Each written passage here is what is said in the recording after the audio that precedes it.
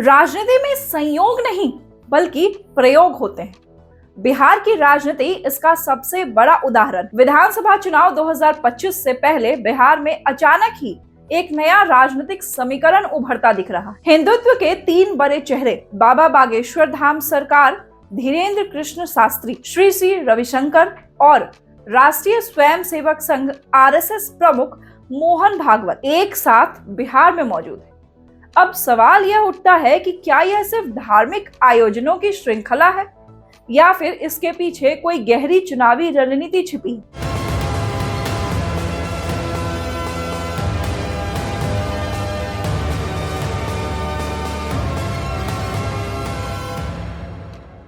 नमस्कार, आप देख रहे हैं नवचेतना टाइम्स और मैं हूं नेहा सिंह। बिहार की राजनीति हमेशा से ही जातीय समीकरणों के इर्द गिर्द घूमते रही है, लेकिन अब हिंदुत्व की राजनीति इसमें एक नया एंगल जोड़ रही है।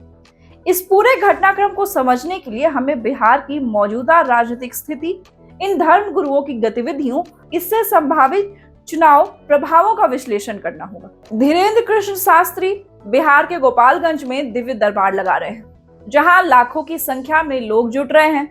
गोपालगंज को परंपरागत रूप से राजद का गढ़ माना जाता रहा है, लेकिन पिछले कुछ चुनावों में जदयू और बीजेपी ने यहां अपनी मजबूत पकड़ बनाई है। अब दिलचस्प बात यह है कि बाबा बागेश्वर बिहार में बाहर आने की बात कह रहे हैं, जो नीतीश कुमार के 2015 के नारे बिहार में बाहर है, नीतीश कुमार है से मेल खाता है। यह महज संयोग नहीं हो सकता। बाबा बागेश्वर की लोकप्रियता हिंदुत्व समर्थकों के बीच काफी अधिक है और उसके इस बयान को सीधे तौर पर चुनावी राजनीति से जोड़कर देखा जा रहा है। दूसरी ओर श्री श्री रविशंकर ये भी पटना के गांधी मैदान में भव्य सत्संग कर रहे हैं। 2 दिन तक चलने वाले इस सत्संग में ध्यान, योग और अध्यात्म के अलावा सनातन संस्कृति पर विशेष चर्चा हो रही है।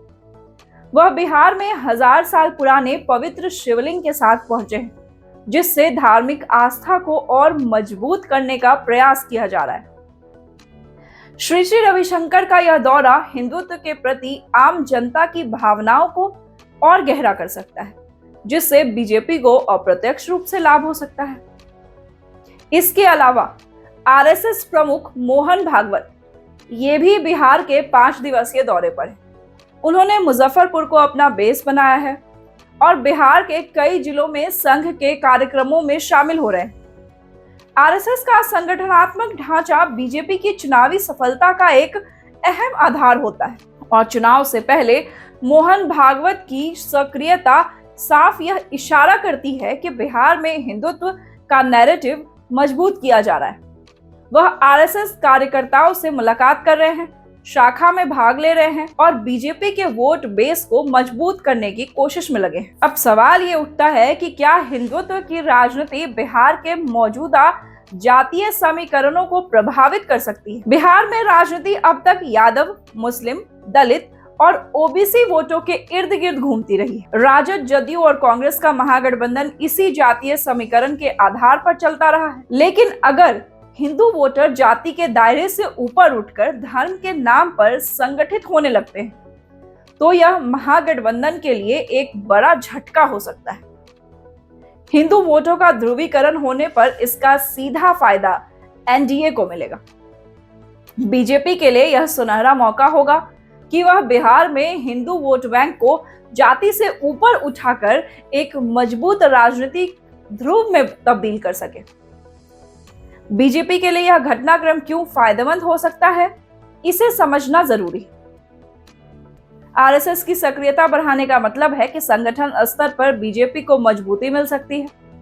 जदयू, जो अब तक सेक्युलर छवि बनाए रखने की कोशिश करता है, अब हिंदुत्व के प्रति नरम रुख अपनाने लगा है। अगर नीतीश कुमार फिर से पाला बदलते हैं और बीजेपी के साथ गठबंधन मजबूत करते हैं, तो हिंदुत्व का यह नैरेटिव और प्रभावशाली हो जाएगा।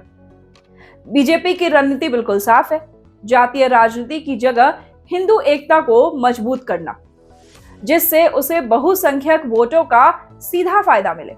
महागठबंधन इस स्थिति से बचने की कोशिश कर रहा है। तेजस्वी यादव और कांग्रेस ने अब तक इस मुद्दे पर संभल कर बयान दिया। तेजस्वी यादव ने कहा, देश संविधान से चलता है, किसी को भी कहीं आने जाने की आजादी है, यानी वह इस विवाद को बेवजह तूल नहीं देना चाहते। लेकिन राजद के कुछ नेताओं ने बाबा बागेश्वर की गिरफ्तारी की भी मांग कर दी, जिससे बीजेपी को और फायदा मिल सकता है। विपक्ष के भीतर इस पूरे मुद्दे पर एकरूपता नहीं दिख रही है। तो क्या बिहार चुनाव 2025 में हिंदुत्व सबसे बड़ा चुनावी मुद्दा बनने वाला है? चुनावी रणनीति में टाइमिंग सबसे महत्वपूर्ण होती है और जिस तरह से इन तीन बड़े धर्मगुरुओं की एंट्री एक साथ हुई है, उसे महज संयोग तो नहीं माना जा सकता। हिंदुत्व का मुद्दा बिहार की राजनीति में जातीय समीकरणों को चुनौती दे सकता है और यदि हिंदू वोटर संगठित होते हैं तो यह महागठबंधन के लिए खतरे की घंटी हो सकती है। चुनाव तक यह देखना दिलचस्प होगा कि विपक्ष इस रणनीति से कैसे निपटता है और एनडीए इस नैरेटिव को कैसे आगे बढ़ाती है। क्या बिहार चुनाव 2025 में हिंदुत्व सबसे बड़ा फैक्टर बनेगा? आपकी इस मुद्दे पर क्या राय है, हमें कमेंट करके जरूर बताइए।